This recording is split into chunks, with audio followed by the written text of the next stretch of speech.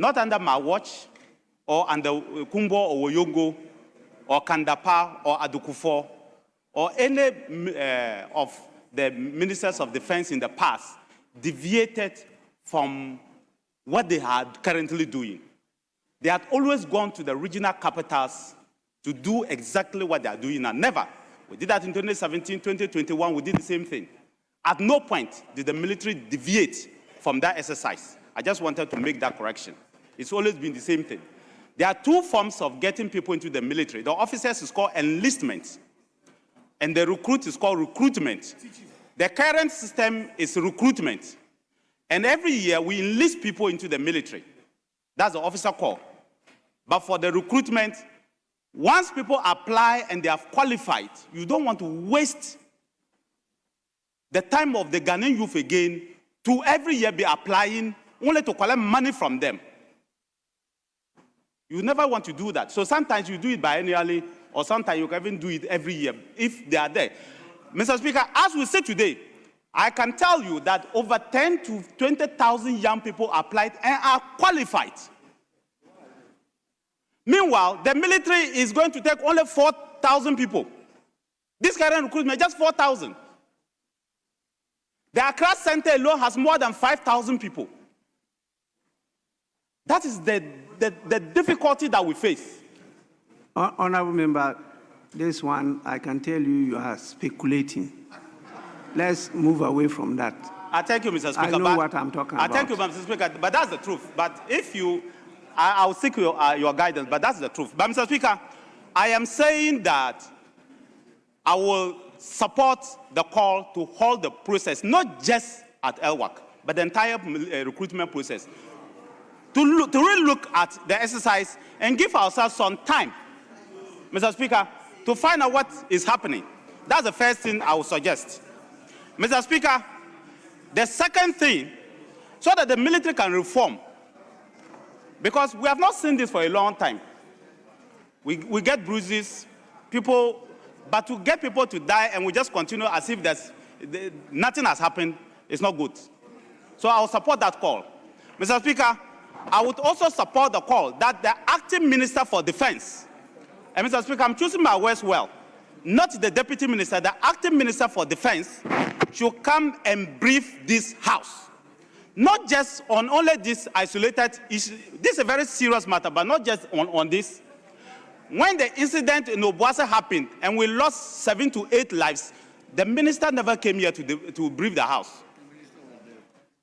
2, even when the most unfortunate incident happened and the minister lost his life, Mr. Speaker, I don't remember that they came to brief you and this House on the incident. But now that the report is out, I think that they should combine all this and come and brief the House properly on these 3 things. The Obuasi incident, the issue of what has just happened today, and the military Z9 headquarters incident. They should brief this House properly so that they'll tell us what is happening. Then we can be seized as representatives of the people, what is going on. Mr. Speaker, I say this with a heavy heart because I just left that ministry after spending 8 years. God being gracious to me, things like this didn't happen under my watch. It's the will of God. It's not by me, but it's by the grace. And so I will urge the minister to come. Mr. Speaker, if you do remember, when soldiers went to war, young soldiers reported in war, and the following day they went out brutalizing people, I came to this House to brief the House. I came to make a statement. I came to brief the House. And I came to tell the House exactly what was happening. In fact, when the punishment and whatever we did was done, I came back to brief this House again. So, Mr. Speaker, there is precedence. There's precedence. Yeah, majority, just a minute. Majority Leader, I'm really watching the timing. So please, yes. Mr. Speaker,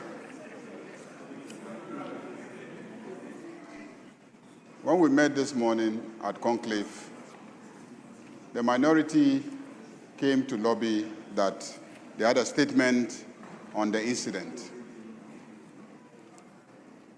and I indicated to them that the ministry had plans to come and brief the House, but they insisted on us varying the order of business so that they could make the statement. So, Mr. Speaker, if we had been patient, we would have actually received the minister at statement time to make the statement even before these statements were made. So I want to assure him that the acting Minister for Defense, that's the Minister for Finance, is on his way here to come and make a statement to this House. So please exercise a little patience, and very soon the acting Minister for Defense will be in this House. Minority Leader. Mr. Speaker, lately we have been receiving a lot of tutorials from the respected Majority Leader, tutorials on rules of this House. Mr. Speaker, with respect, I submit most humbly that what he just did was not a point of order. Mr. Speaker, when the leader of the House himself chooses convenience over principle, it becomes worrying. It is becoming very convenient that the leader of the House is very intolerant of views that are expressed by this side of the House, and he finds ways to come through a supposed point of order and even issue threats. Mr. Speaker, this must stop.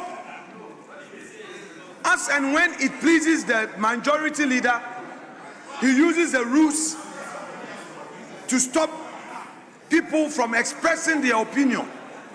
Mr. Speaker, this is House of Parliament.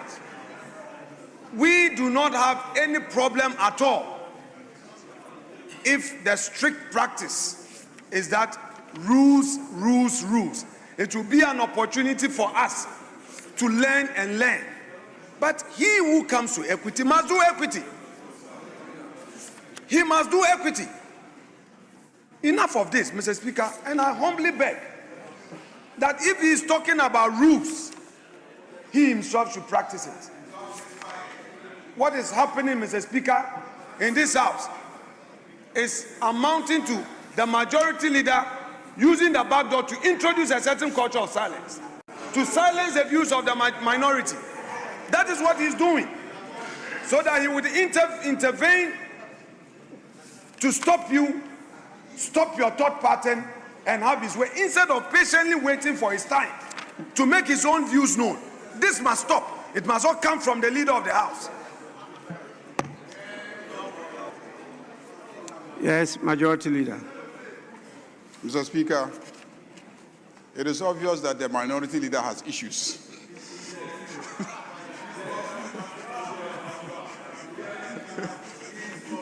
He has issues. And I think, like the Speaker said last week, when we were discussing football, somebody jumps to discuss Ampe.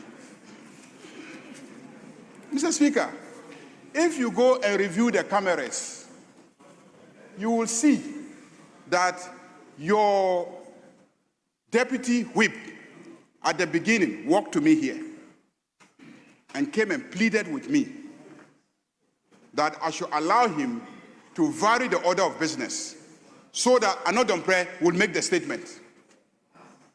He came here and pleaded with me. He came here and pleaded with me. The cameras bear testimony. The cameras bear testimony. Mr. Speaker,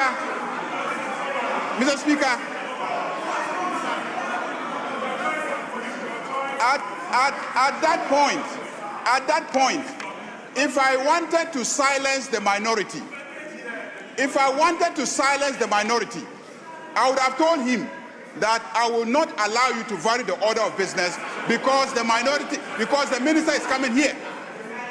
I would have opposed the application for the variation. I would have opposed the application for the variation.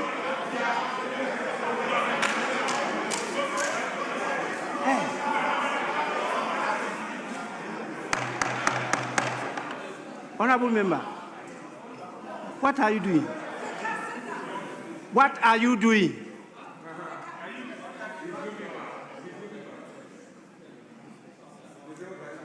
Please,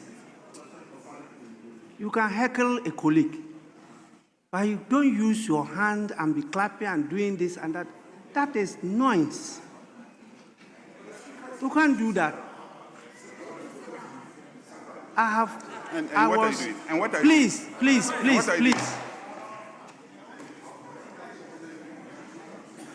You started today on a very good note, calling on us to work together. Please.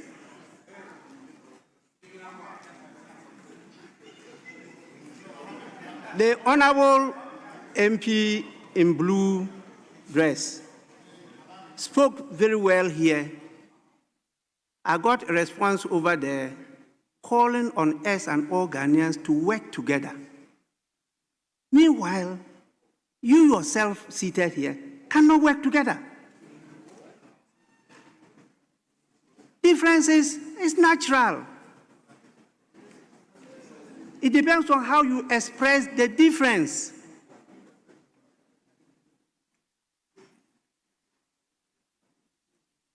What you do here is you try to persuade. You don't persuade a person by shouting at the person. You don't.